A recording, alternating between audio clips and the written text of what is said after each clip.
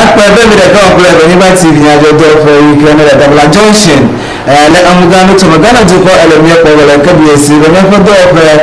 fɛ alɔjɛ bi hã lɛ Germany bɛta jikɔ mɛ kɛlɛ de bɛ jikɔ adi kuba kan mi esi ne nya dɔ fɛ mɛ ne mia ma atsɔ adza ɖe yava na dzi ne miaƒe nukpɔlawo le adzɔgenukpɔmɔ wɔna wòdzi nye ŋkɔe nye nate agbeyome Peter sibi siame yi ke awo nyemɔɖaŋudɔ katã kpakple etrɔ asi le eƒe nyadzɔ ŋuti le egbe nyadzɔ ƒe akpa yadime nye age ɖe mama kplɔ gɔdo nyawo me ne mi ECOWAS wo na Guinea gbeta dukɔ se ɖe eƒe dzinu enie ƒe nke bla eve vɔ atɔgbe yi ke woagbogbo age ɖe gblɔ ɖe ma agblɔ ɖe ƒe dukɔkplɔ wɔna wo me dogame gbogbo aɖe dzesi le Ghana dukɔme be nyɔnuvi xlẽme akpe alafa eve bla ade vɔ ade wonye ame yi ke wo eɖe fu le Ghana dukɔme le eƒe nya aɖewo ŋutie ne va yi ke le akpa bubu hã dzɔƒe yi ke ne le agbalẽsrɔ̃nya dzikpɔm le Ghana dukɔmea woɖe eƒe akpe kpli bla eve vɔ ɖeke kpakpli bla eve vɔ evie ƒe agbalẽsrɔ̃ eye ne placement wɔnawoa wo eɖe le gome BC candidates ke noŋlɔ dodokpɔ va yi ke miaƒe nukpɔlawo na anɔ heya dzi yi ke mi atrɔ tomevi ma va ne magre nyadzɔme ne mi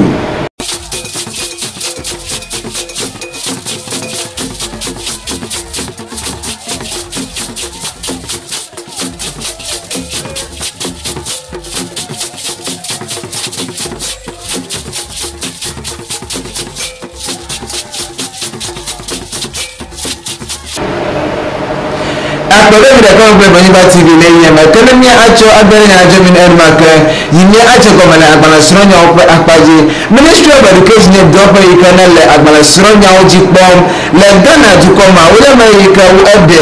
eƒe akpɛbɛ kpli bla eve vɔ ɖeke kpli eƒe akpɛbɛ kpli bla eve vɔ evie yi ke nye 2021-2022 computerized school selection and placement system yi ke kpomi gayɔ be CSSPS yi nye mɔɖaŋutɔhe aɖe yi ke wo ezana kɔ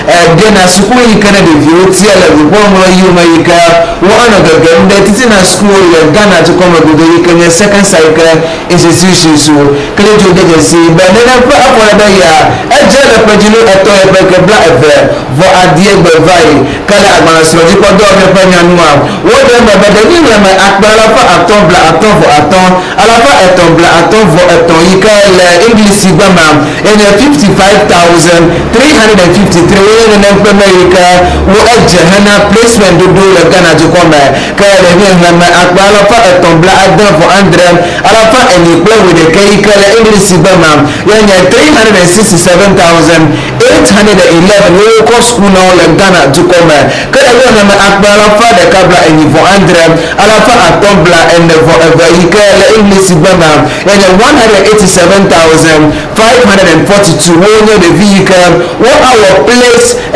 self placement le wo ŋutɔ woƒe ɖoɖo yi ke fia be wo adze agba yi ke wo ava yi tie suku yi ke dim wole be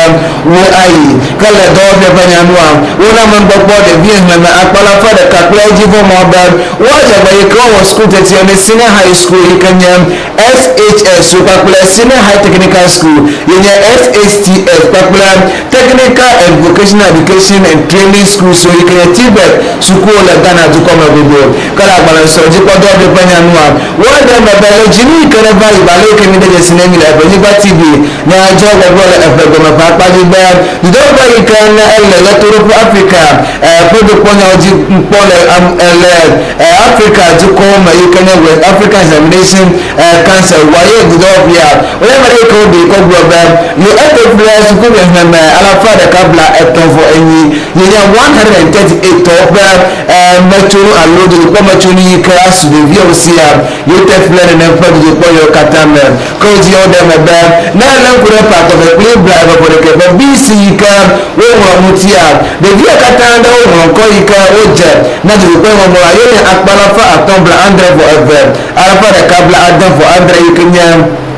572,167 kele bi eƒe akpadzi ŋutsuvi xlẽme akpe alafa eve bla enyi vɔ andre alafa andre kple bla etɔ̃ yi ke 287,730 ke nyanuviwoa yeye 284,437 wo nyanuvi yi ke wo ege ɖe dukɔŋlɔ ƒe yi me ke woɖe me be nɔvi bla ade vɔ ɖeke la taplatse ŋkudɔ eye yi ke ɖe funɔ le dukɔŋlɔ ƒe akpadzi ke alafa etɔ̃ bla eve vɔ ɖekea kule la kwa sese wana onti ko nyena do to hele do ko ho pa apaji kare school bi bla enyivo adai ko 86 candidates adowa o nyena special assessment ko kuda alaika taplache anu wa ma eda fula la ko do ko ho pa apaji ko da na da le de ba ta ro do ko la pa ko bi bla evie ba yi kanya 531,707 ne le ba ba ko na 2021 o so ba o la apaji Andre mama bla adai for the kai 7.1% increment in 2020 do come like Novai kala agbana so ji podo oblenwa we dey come brother sukuu bi akata na olmo sukuu home mo do po like kanda